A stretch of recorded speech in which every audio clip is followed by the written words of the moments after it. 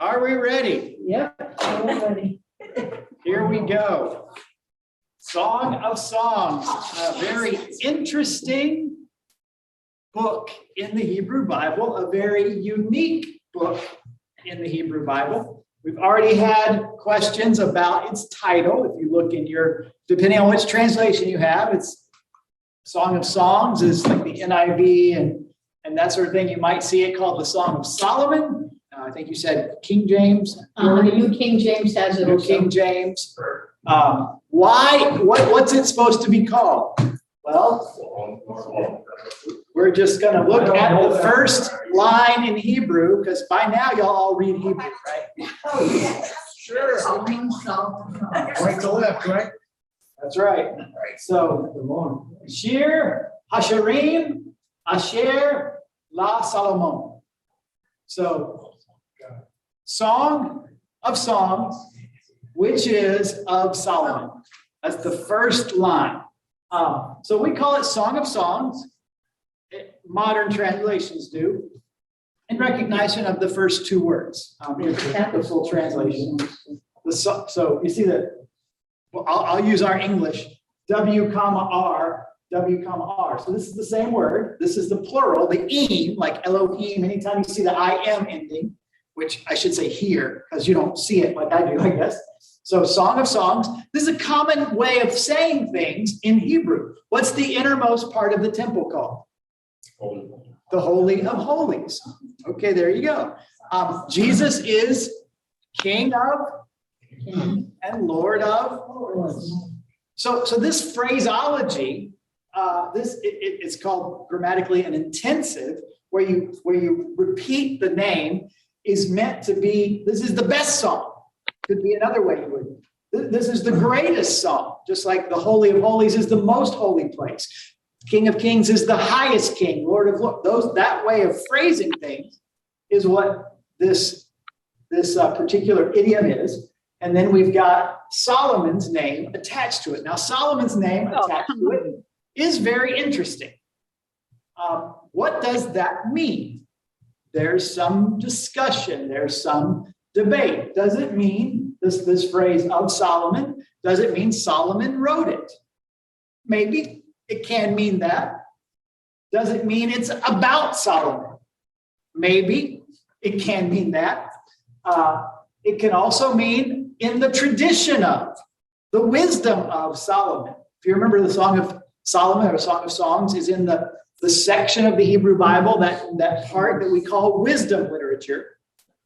And the greatest purveyor of wisdom in Israel was Solomon. That was the gift he received from God. And so that could mean of Solomon's tradition of wisdom. There are more than two ideas about how this came to be, but probably the two best. I think Song of Songs is put together, written before the exile. So in the history of Israel, if you go back before the northern kingdom's exile, before Assyria comes down and takes away the northern kingdom. Solomon is certainly a pre-exilic king. He is the third king of Israel around the 10th century, around 1000 BC is when he's there. David Solomon, 1000 into the 900s. That's one possibility, that the of Solomon means that it is of Solomon, that he wrote it. The second possibility that makes sense to me is that idea of Solomon is of the wisdom tradition of Solomon, and one of the later kings of Israel who was thought to kind of be we might say the protector or preserver of that wisdom tradition would be Hezekiah. So it's possible during the reign of Hezekiah that this could have been finally put together in the way it was and attributed to the wisdom tradition of Solomon. Yes, ma'am. Who wrote it? It said unknown author? We don't know. Okay. There's no clear historical things in it that make us say it happened during this period of time for sure. There's no indication that this phrase here in the title of Solomon means he wrote it. It might mean it. And I think his name shows up several times mostly as a descriptor, like Solomon's carriage or something like that, not necessarily the character Solomon. Those who see Solomon having written it see him as the main character potentially in it. Here's why I'm not sure of Solomon means Solomon is the main character. Before we go into it, I'm sure everybody here knows what generally Song of Songs is about, which would be, now's the audience participation time. How would you describe it offhand? It was one of the forbidden books we were not allowed to read when we were in church. That is also true. Like whatever you do, don't read Song of Songs or Song of Solomon for a long time because it is a little risque in places. It's love poetry. Is this what they do for marriage counseling? I heard it on Thursday. No, I heard it on Thursday morning's Bible study. One of the teachers said that they use this for marriage counseling. They may. I don't personally. Okay. When I do that, there have been books of late written, taking the more sensual aspects of Song of Songs and trying to find prescriptive things in there for marriage, particularly the physical side of marriage. I'm not thinking that's the point. We'll look in a minute at some of the imagery in Song of Solomon or Song of Songs, however you want to refer to it. But I don't know that that's the thing. And we'll talk in a little bit about how to interpret it, how it's been looked at. So it's love poetry. It's lyrical love poetry. No other way to put it. You read a few verses, you get to that. And we know it's part of the Hebrew Bible. And it's the ethic or the moral undergirding the covenant, undergirding the morality of the Hebrew Bible would be we might say the sanctity of marriage, the importance of marriage, and that sort of thing. Now, when we think about Solomon, we usually think, now there's a guy that really had a good view of marriage. No. He's got so many. He had some issues, right? Yeah, big issue. Is it 700 wives and 1,000 concubines or vice versa? So when you read this, in my mind, it doesn't, if part of that connection is to the broader scope of Hebrew literature, of Hebrew theology, as it relates to marriage, Solomon is not the exemplar. David wasn't so great at times either, right? These aren't people that we say, hold on. And certainly this idea that you are my beloved and the only one for me, which shows up as a theme, doesn't sound much like how Solomon lived his life. So some people say maybe he wrote it when he was very young. How long did Solomon live? Was he long-lived like? That's a good question. I don't know off the top of my head. Because we know that Noah was like. He didn't live that. No. Well, if he lived for centuries and centuries, I can see how. He did not. Well, what my point is, he would be able to fit in all those wives Well, see, over time. part of what we know is that as his kingdom grew, one way to guarantee alliances and peace with 94 other years old. people was to bring in members of. Marriages Right. for strengthening states. Exactly. And so that's largely what we think he did, which you could also say, as you again go back to some of the covenant principles about God trying to prepare for himself a people out of whom he would bring the Messiah, there were often warnings against intermarriage with those that come from pagan faiths that would corrupt the one true faith of Israel. And Solomon's guilty of that. Quite a lot. But Well, I thought marriage counseling just had to deal with two words. Yes, dear. it's always a good place to That was sit. it. There's sometimes more to it than that. That's what I was. So There's no real, you don't have a melody for it, song of song. I do not. I had- And part of the, Our band never played it. yeah, well, there you go. Wonder no more. You know, part of it, we could go back to the stuff we talked about when we looked at poetry in the Psalms. This is Hebrew. So when you take Hebrew, which has a certain way to do accents and the way words and sentences and sentence structure are built, and you translate that into another language, you lose the rhythmic parts of the language, and it's next to impossible.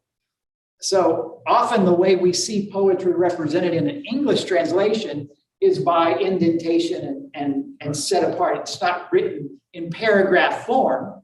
It's one way, like most of all of Song of Solomon really is, except for this first verse, this first superscription, as we call them, is poetic. So you see the way it's typeset in an English translation to try to communicate that. But as far as capturing that rhythmic or tonality or meter, it's next to impossible, and it would be very forced. So we lose that whenever you translate. So the Song of Songs doesn't go da, da, da, da, da, da, da, da. No. No. I'm making sense. So there we go. We don't know. Mike, that could actually be the tune, but we'll never know inside of heaven. So this is kind of where it starts. This title, as we've already said, brings up some questions about what the composition, the authorship of the book is. Ultimately, there are no clear answers to that question. As I said, my bent is to say pre-exilic, so relatively early. Solomon's reign, I probably would say that would be my second choice. I would lean toward in the tradition of Solomon and somebody like Hezekiah finally codifying this. That doesn't mean some of these words might not have been Solomon's words, because again, we saw that in Proverbs. It was a compilation of wisdom sayings of Solomon, not something that he authored. Doesn't make it any more or less authoritative, just speaks to the process that some of these books had to go through to become kind of books like we know them. So my understanding, try to be other side of understand. Solomon is a very smart and wise person known as, and those people, their thinking is a lot more different than ordinary people. But the way he behave, the way his lifestyle he lead is a different side of him. But at the same time, he has such a wise thought and able to think different than most people. And we see that. I understand. I think I understand.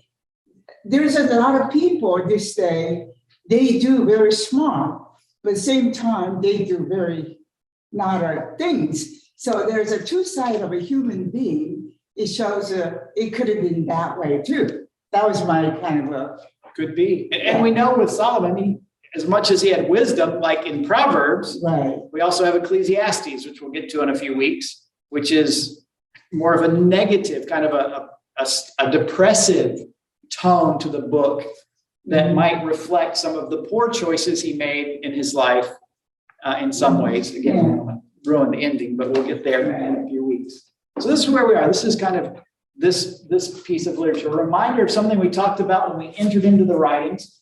The next 5 books we'll look at in the Hebrew Bible are in this order: Song of Songs, Ruth, Lamentations, Ecclesiastes, and Esther. They're in this order, possibly because each of these books is used as you go through the Hebrew year for certain religious observances. The Song of Songs is the first holiday of the Hebrew year, is the Passover. And the Song of Songs is read during the Passover celebration. Now, you might go, what in the world? Yeah. That doesn't make no sense. But what does that say then about how we should interpret Song of Songs? So we'll get to that as we go along. The next one is Ruth. It's Shavuot. I should have written the Hebrew word here, but I didn't. Sukkot Shavuot, I should say, is Ruth. This is, I'll give you the word you would know. This is Pentecost. Acts 2 is Shavuot. It's the Feast of Weeks, 50 days after the first Passover day. The first day of Passover is Shavuot, where in that period of time, it was about bringing in the harvest. And what is Ruth about? It's harvest time, and she's a gleaner in the harvest field.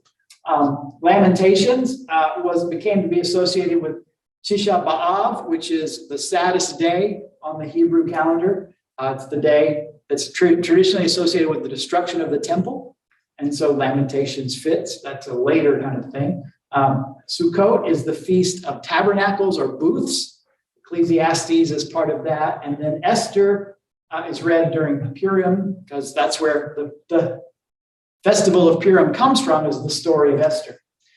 Interestingly enough, we have bookended Song of Songs and Esther in this 5 scrolls. These are the only 2 books in the Hebrew Bible that don't mention God. Song of Songs does not explicitly mention God, nor does Esther. Obviously, they're in the Hebrew Bible, so they have something to teach us.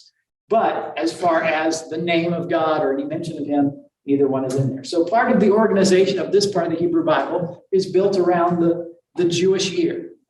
We know Passover, we just celebrated it, April. 50 days later, this Sunday is Pentecost Sunday, for the record, this year. This is usually in August.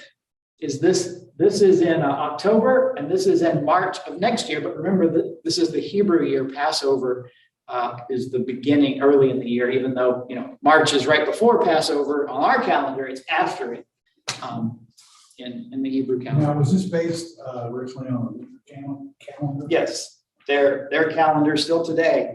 The Hebrew calendar is lunar. That's what I understand. We talked about that a while ago and how they made certain changes to it. I won't go into all that. I found it fascinating, but there it is.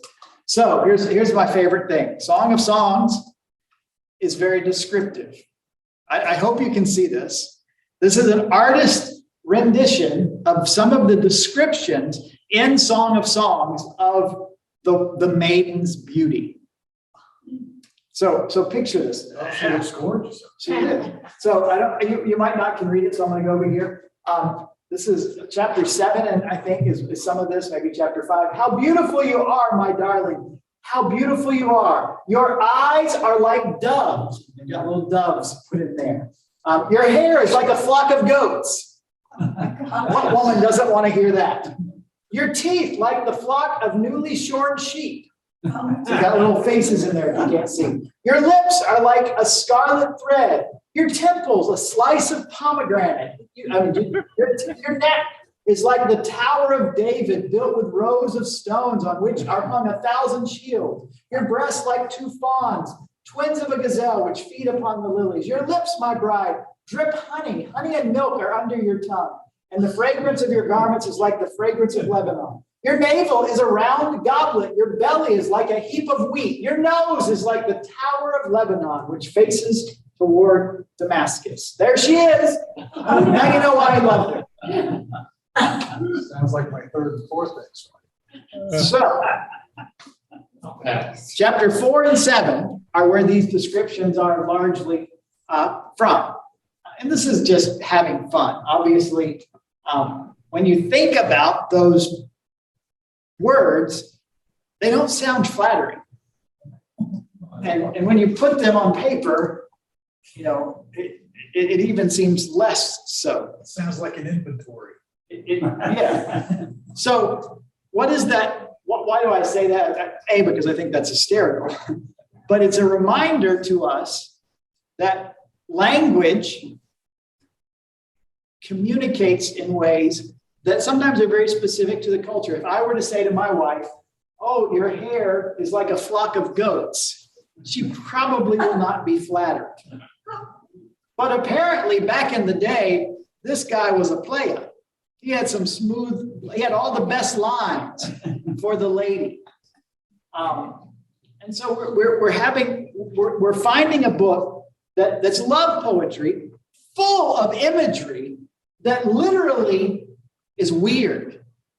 And maybe a little, at times I think that's offensive.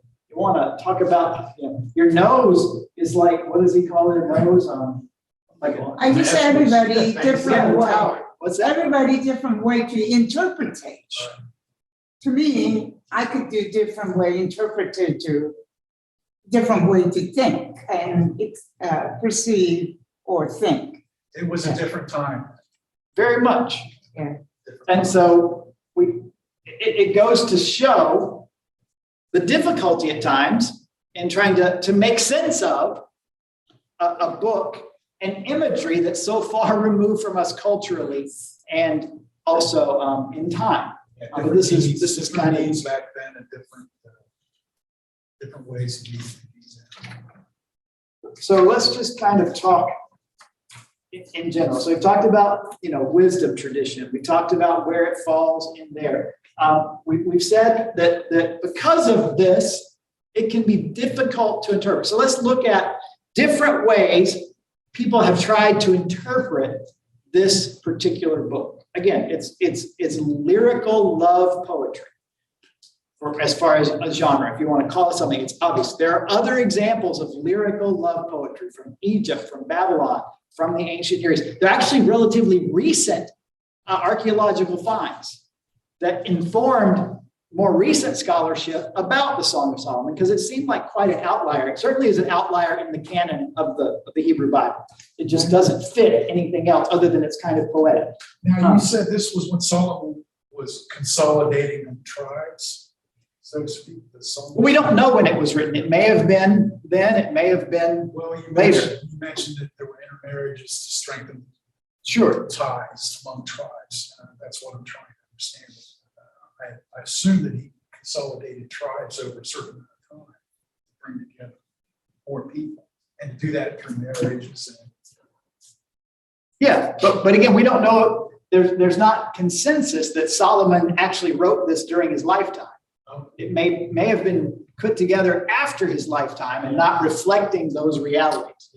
And one of the reasons that scholars say that is because for a guy that's treating love like it's a business transaction, this love poetry doesn't make sense. It doesn't fit how he expressed himself. Maybe it fit when he was younger, but certainly what we know of him as he grew doesn't fit. So ways to approach the Song of Solomon. I'm not saying all of these are valid, okay? So don't hear every one of these as an option. These are just different ways. One way that has been suggested is to look at the Song of Solomon as royal court entertainment, that the kings of Israel used this poetry to entertain them and their guests when they had dinner parties. I don't think that's a very good way to look at it. It doesn't make sense that we would have just an arbitrary entertaining, a court entertainment book in the scriptures that's supposed to be a wisdom tradition of Solomon. But there are some scholars that say, that's all it is. It just got preserved. It's ancient. It's in there.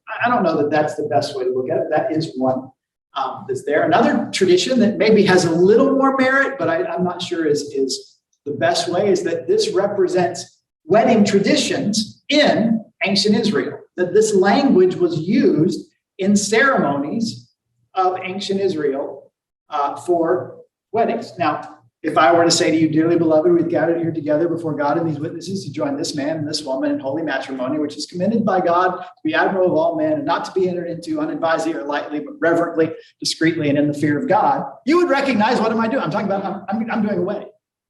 We have certain, or I, with this ring, I thee wed, or do you promise in sickness and in health? We have, it's not really poetry by our standards, but we have terminology, we have consistent patterns that we recognize, and that if you go to weddings, you hear some of those same things. Now, I think as weddings have kind of gone from, even in our neck of the woods, from a religious church-based observance to less about the ceremony and more about the gathering of friends afterwards, that those linguistic parallels are becoming less and less. I've gone to weddings, went to one just last weekend, and some of those traditional things, there were vows, but they weren't anything that resembled kind of the traditional vows. Even there was an exchange of rings, and there were some things that were made at a wedding, but the language wasn't there. But you might say that this could represent some of the wedding traditions of ancient Israel that have been preserved. And it would make sense in a poetic way on some level that you would have that as a priest doing that, or however that would happen, that you would have this document to work from. I don't know if that's the best way to look at it, but I think it's more plausible than it's just a dramatic court expression for the king and his people. Probably the most popular approach for a long time was to take it as allegory, or depending, we could say allegory or typology. There's a difference between the two in one way. The way they're the same is that we look at this depiction of romantic love as representing something else. Typically in the Jewish mind, it's representative of God's love for his covenant people, Israel, which would be why, back to the list of books and the ceremonies, at Passover, it's read, because what is the Exodus that Passover is a part of, except for God's pursuing love of his people, Israel? And this would be in their, not really their liturgy, because that's not the right word, but in their remembrance of that event that's so formative to their history, they would read this to remind them of kind of the motive behind God's pursuit of them. As we are kind of New Testament Christians, we look at it maybe a little differently. We would look at it as an allegory of Christ and his church. We are the bride of Christ, is an image in the New Testament. Christ is the bridegroom. We're the bride, kind of a thing. That could be the allegorical thing. Now, here's subtle difference. I said allegory and typology. What's the difference between the two?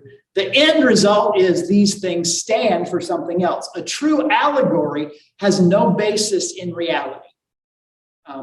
Aesop's fables are made up. They have a moral. And there's not really allegory, but they have no basis in reality. The Chronicles of Narnia, that's a better one. The Lion, Lich, and the Wardrobe is an allegory. There's no Narnia. I'm sorry if you really believe there is. I don't think there's a Narnia. How's that? Maybe there should be. There doesn't seem to be a wardrobe you can go into another land in and meet a lion that dies for the soul of a sinful boy. But the picture is very clear. There's no basis in reality. A typology is something that is based in reality, but represents something else. If we're going to look at this, I prefer typology over allegory for the Song of Songs, because I think this is based in reality. I think this has a bit of historical thing that it comes out of it. And I think there is a way to say, yes, there's an application to that allegorical interpretation, that it's less about a book of love and more a representative of God's loving pursuit of his people, whether the people Israel, his covenant people through the law, or Christ dying for us, his church. I think that's probably the one that throughout most of church history has had the highest level of agreement, and a lot of Israel history would lean that way. As I said, that's why it's in the Passover. There's a little bit of a shift came in interpretation when they found other ancient Near Eastern lyrical love poetry that was kind of put together like Song of Songs, Egyptian and I think it's Babylonian. I could be wrong about that. These are relatively recent discoveries that we thought the Song of Songs wasn't just unique in the Hebrew Bible, but it was unique in the cultures of the ancient Near East. And now they found representative examples. This is not quite so unique. So some people lean toward what might be called a more literal approach, that they say, look, it's love poetry. So it's about love, and it teaches about love. I think the damage that has been done of late is that has been taken too far. There was actually a book written not so long ago that used the Song of Solomon as basically a sex manual. I don't think that's what it is. I think that's a perversion. And by the way, it wasn't just a book that was written. It was by a pastor that was well known, one of the largest churches in the country at that time, that sold a lot of copies, that went around and had conferences about it. It wasn't some obscure little thing. It gained some traction. What year was that? Within the last 12 to 13 years. I can look it up real quick and tell you when it was published, if that would make you feel any better. I don't know if it would. I don't know if I'll ever tell you the name of the author. It won the award for inspirational nonfiction in 2013. So It's not that long ago. That's not really that long ago. Did you read it? a little bit? I've read excerpts. I've never bought the book. It won an award for inspirational Nonfiction. nonfiction. I don't recognize the award it said it won. It's just, they're trying to sell the book, right? Well, text me the name later. What award? The AUDIE award. I don't know what and that I'm looking at Audible, which is so it may be an audio book award. So there you go. So there has been a revival in the sense of they're looking at it as, hey, that we can take a little bit of it at face value. Again, I don't think that's bad, but I think the danger is that going a little bit too far.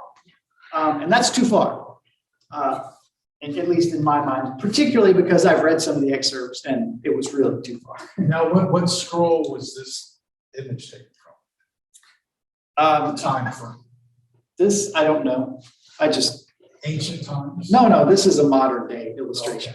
Well, Solomon's Song of Songs was written how many thousands of years ago originally? 3, Okay. but this isn't 3,000. This illustration is a modern day somebody having fun.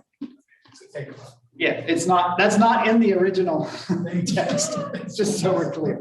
The imagery is, but the point was to show, this literally taking the imagery, how absurd it might be as a reminder that at this time, but back 3,000 years ago. it might have been just If you had that many Bees people, knees. rich man, I understand the loss of transition. one last option, and maybe in some ways it's combining a lot of them, is called this is what I heard it called the didactic approach. Didactic means teaching. It says, yes, this is lyric love poetry. It is what it is. It has a basis in history and in culture, but it has unique features that are, as many of the books of the Hebrew Bible have been said, that display the unique ethic and morality of the covenant God has given to his people, i.e. the reality of the created order, male and female, the reality of marriage and its foundational level. What does it teach us about those things? What does it teach us about society? What does it teach us about what love should look like in a pure form? And so we look at this saying it is what it is. And we aren't going to go all the way to it's a manual, a how-to manual, nor are we going to go all the way to it's simply allegorical.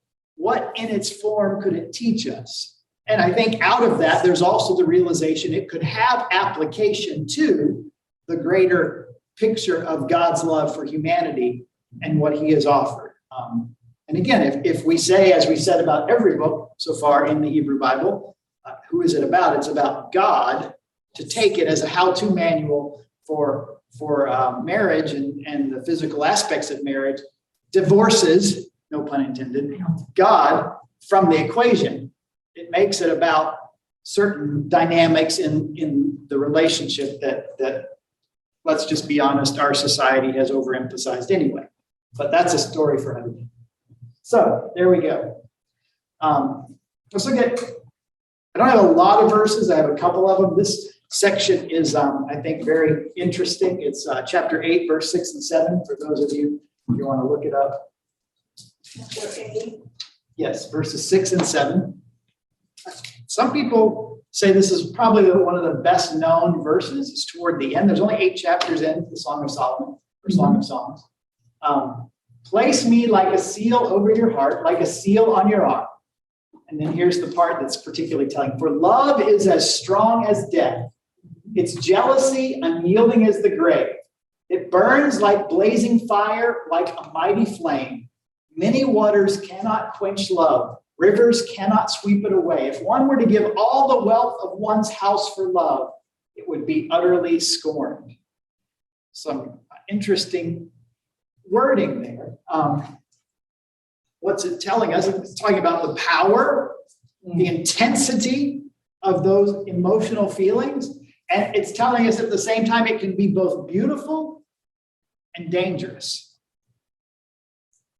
We've got images like unyielding as the grave, blazing fire. Blazing fire is a beautiful thing. Take me camping and build a fire, and I can sit there all night long and just watch the fire till I fall asleep.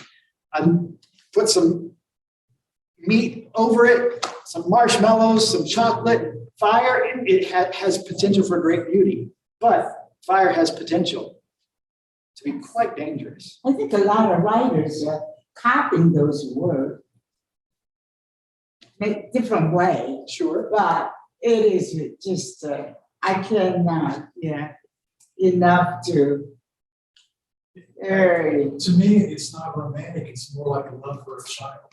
It's absolute. Intensity is what we're getting at there. That this kind of love seals. It's as strong as death, meaning you might be willing to die for one you love. Nothing can quench it. Rivers can't. So that intensity that is beautiful but dangerous. That danger side is the warning. That I just want to look at my notes. If it's abused, it can be destructive. Or if treated well, it's life-giving, just like all of these, many of these images. And this is again toward the end, we're kind of wrapping up the book, a very powerful thing. And it expresses, I think, for us, the human longing to know and to be known fully.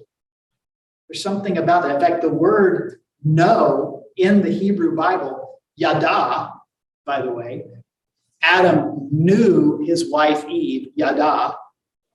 You know what that means. It's not, hi Eve, I'm Adam. It's the physical union of knowing. It's a more complete, intimate picture of knowing, because after he knew his wife, she got pregnant. So that tells us what knowing means.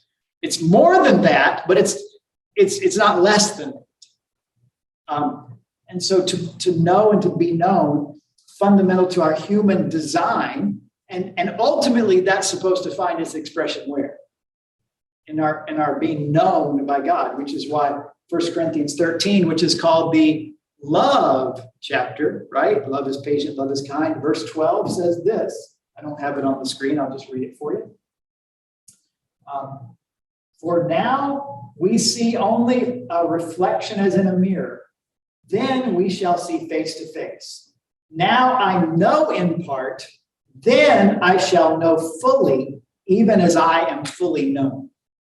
So this couple of verses that hint at those things, we can point ahead to the ultimate know and be known that is ours in God.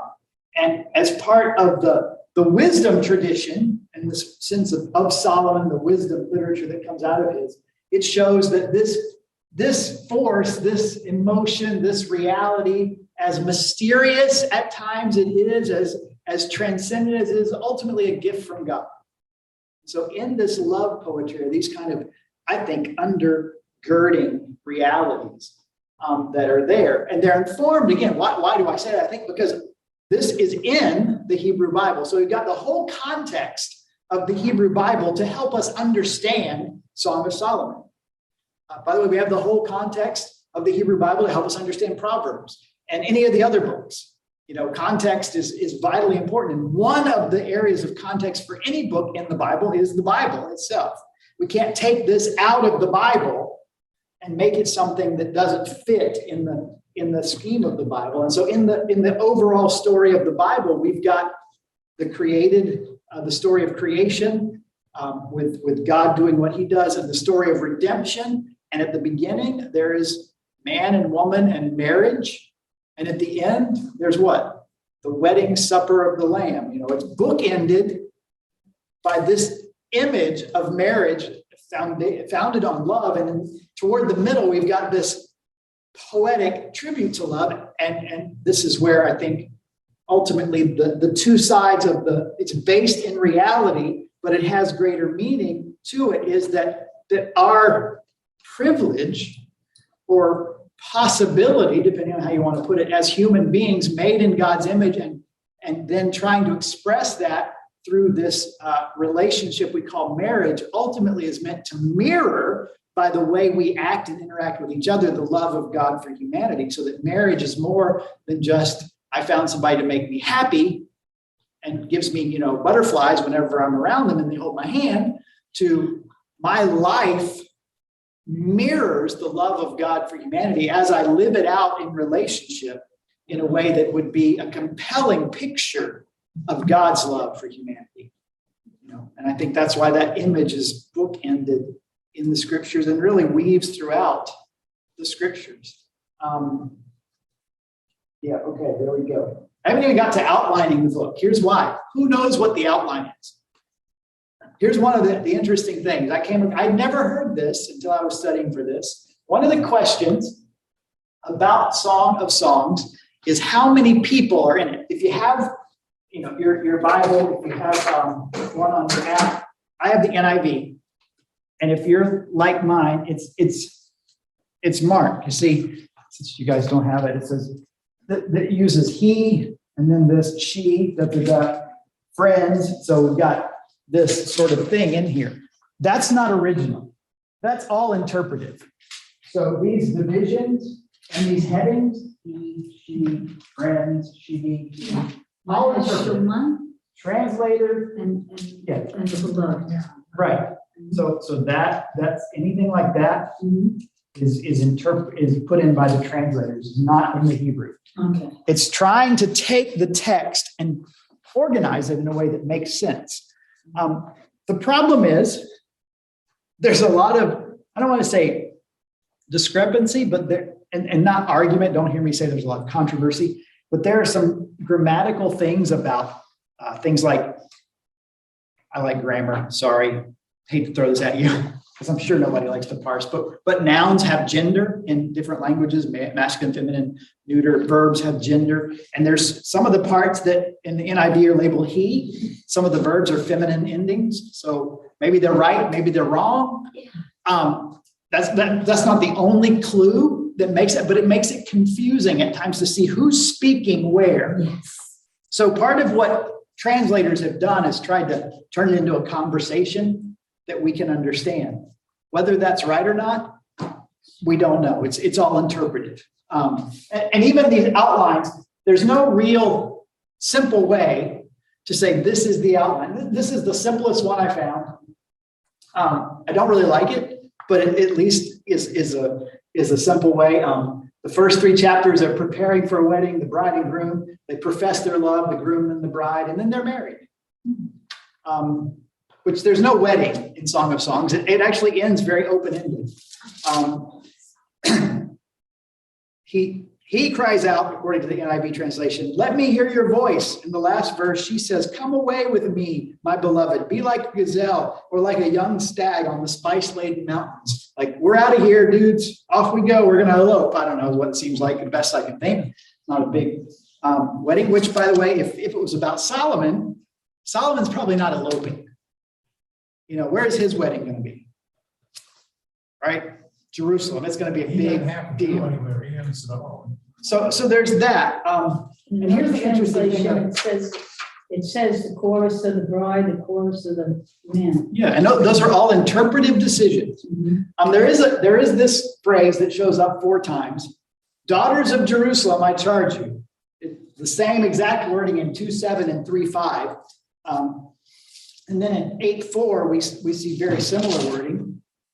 Daughters of Jerusalem, I charge you by the gazelles and by the does of the field, do not arouse or awaken love until it so desires. That exact phrase is 3:5. Chapter 8, verse 4, it doesn't have the by the gazelles, but it does have do not arouse or awaken love. And then in chapter 5, there's that same call. Daughters of Jerusalem, I charge you, but it's a different charge. Chapter 5, verse 8. If you find my beloved, will you tell him I am faint with love? And so some look at those 4 places as the natural breaks, like 1:1 through 2:7, that's the break. 2:8 through 3:5 is a section, and then that tells a break. And maybe that's one internal clue. I've looked at that. It's hard to outline it that way. Here's the last one. What time am I looking? This is I keep saying I just learned something. This is it. There are some that look at this as if it's not Solomon and his beloved, but it's Solomon trying to woo a maiden who is already espoused to a shepherd who at the end of the book comes and she rejects Solomon and goes away with her true beloved. That Solomon's trying to build his harem, and she goes, no, love is more important than that nonsense. I'm out of here, dude. That's a very modern translation. And so this outline reflects that's the king and Solomon and the maiden banter about. The maiden wishes for her absent shepherd lover. Solomon tries to woo her, proposes twice. The maiden says, no, sorry, don't want it. And then her shepherd lover returns. Up to this point, she's had dreams about her true love and wishes that he would come. But at the end of the book, the last 8 or 10 verses, he comes back, and they very quickly, you can see just these verses, all of this is the climax. So he eventually beckons her, and she goes off into the mountains with him, spurning Solomon's advances. Interesting. Fascinating. I don't know if that's it or not. I like that story. It's a cool story. I like it because when I read it with this in mind, it gives it a different flavor. Yeah. Yeah. And it would fit, by the way, as a rebuke of what Solomon was doing Yeah. and upholding the value and the purity of what love and marriage should be in and among the people of God. This makes a lot of sense. Again, I can't say this is absolutely it, but several scholars do see this third character in the it's not really a love triangle of sorts, but it's interesting to see that. So for what it's worth, for me, again, I like this because it helps me as I read it. I have a story and it begins to fall into place differently than just sort of these love poetry. Let me see what else I got here. Ultimately, probably my favorite way of looking at Song of Solomon has to do with this, and we'll kind of wrap up here. When you read the book of Song of Songs, you will notice a pastoral or garden imagery.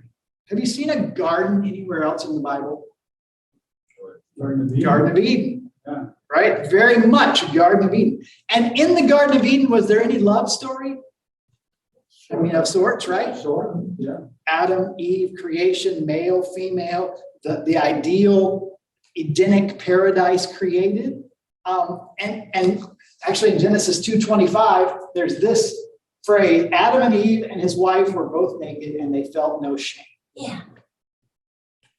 I like this way of looking at Song of Songs. A Song of Songs is an extended commentary on what's introduced in Genesis 1 and 2. Where was Lilith? The garden imagery comes back. The foundational aspect of the image of God put into humanity, of man and woman, of the union of man and woman, of the place where love was, well, I wrote down some words, where the man and the woman were both naked, which made them vulnerable. But at the same time, not only were they vulnerable, they felt absolutely safe. They felt no shame. What's the first thing they begin to feel after Shame. right? After sin? Shame. Felt they were safe. By the way, I say this in light of what's been revealed recently in our own convention of churches, the investigation that was started last year. It's called the Sexual Abuse Task Force. The report came out a week and a half ago, and it's not a pretty picture for what has happened at some of the highest levels with some of the most prominent names of people in our convention and what they have done and tried to cover up. And it's sickening to hear it and to read it and to know that's happening. And so I think that's why I picked this word safe, because in the garden, there is this picture that we're witnessing the love of a couple that is untainted by selfishness and sin. It was that picture that you described that God said, this is very good.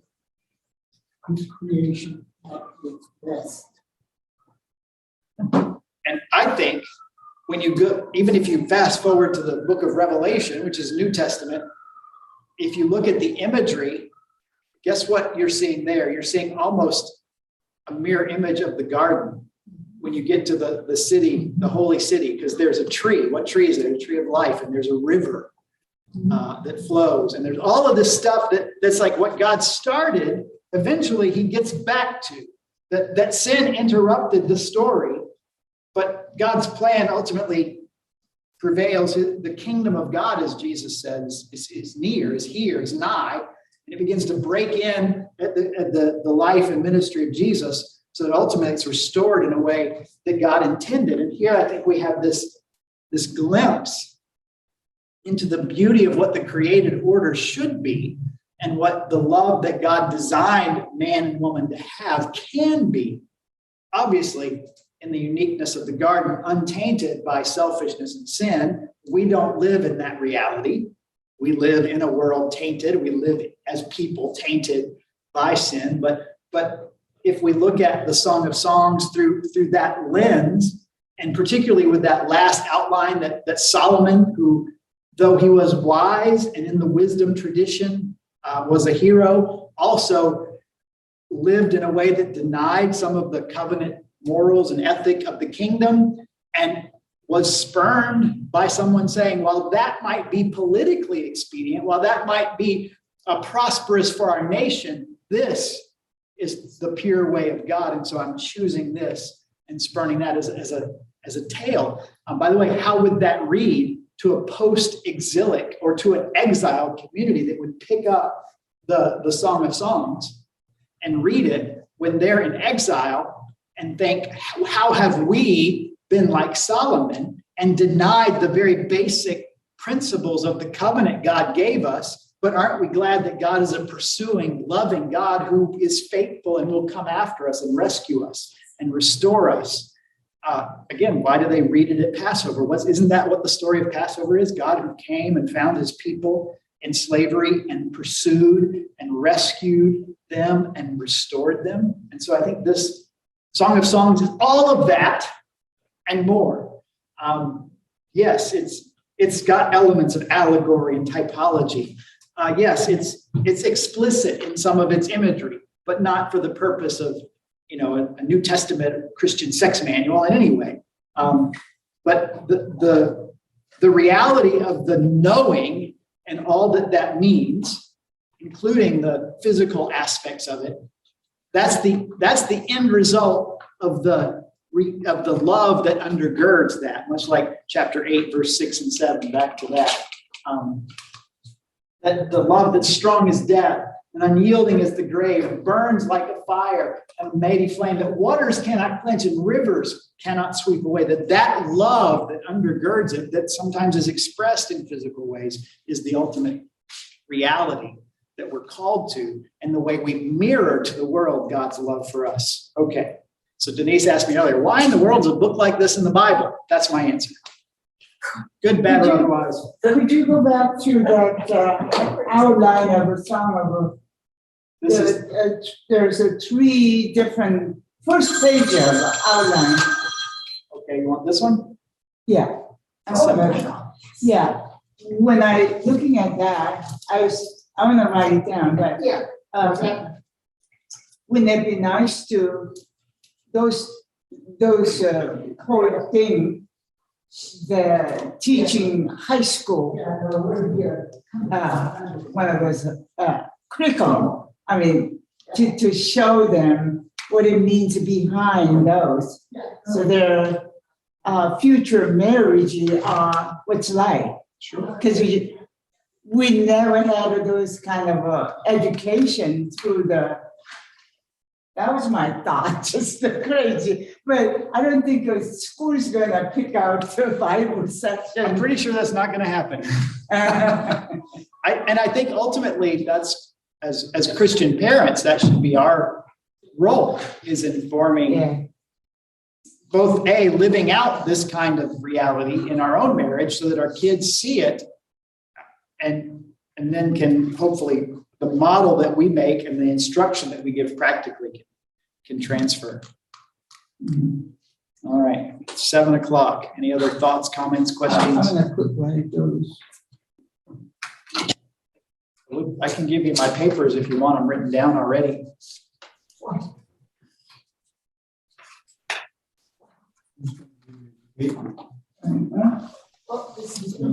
No, everybody goes ready. All right. This thing I save as a PDF and I email it to the people that come on Zoom. So if you want this, I can email you the PDF if you just give me your email and it'll have, you know, you can print it, you can save it on your PDF. Is, you don't have to have a certain program to read it. It's pretty. Okay. All I would need is an email and I can. Really neat. I'll actually forward you a link that you can download it. I have a Google Drive that's on my church account that you get a link and you click the link and it downloads it. I think.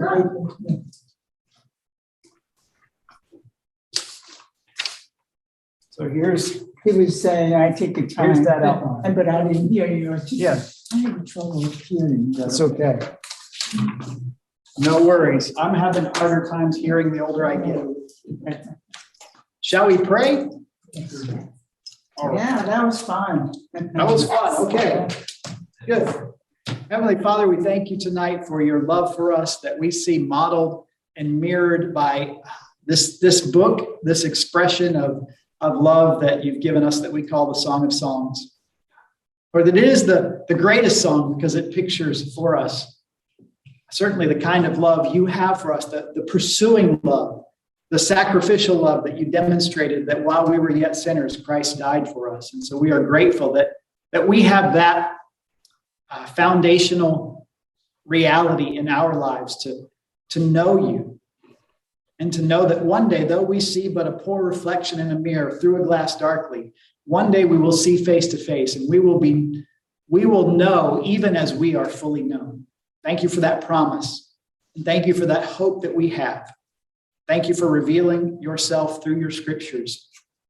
Help us to have just the continued desire to hear and to read and to digest and to meditate on your word revealed to us. I thank you for each of these folks who comes each week and learns together. I pray, Lord, that it's beneficial for them as they see maybe a little bit of the bigger picture of these texts and these books that you've given us and the value they have for our lives in very practical ways, as well as a depth of understanding of the God who has acted in history to save us. So we leave this place tonight grateful for all you have done and aware of your great love expressed through Jesus, in whose name we pray. Amen. Amen.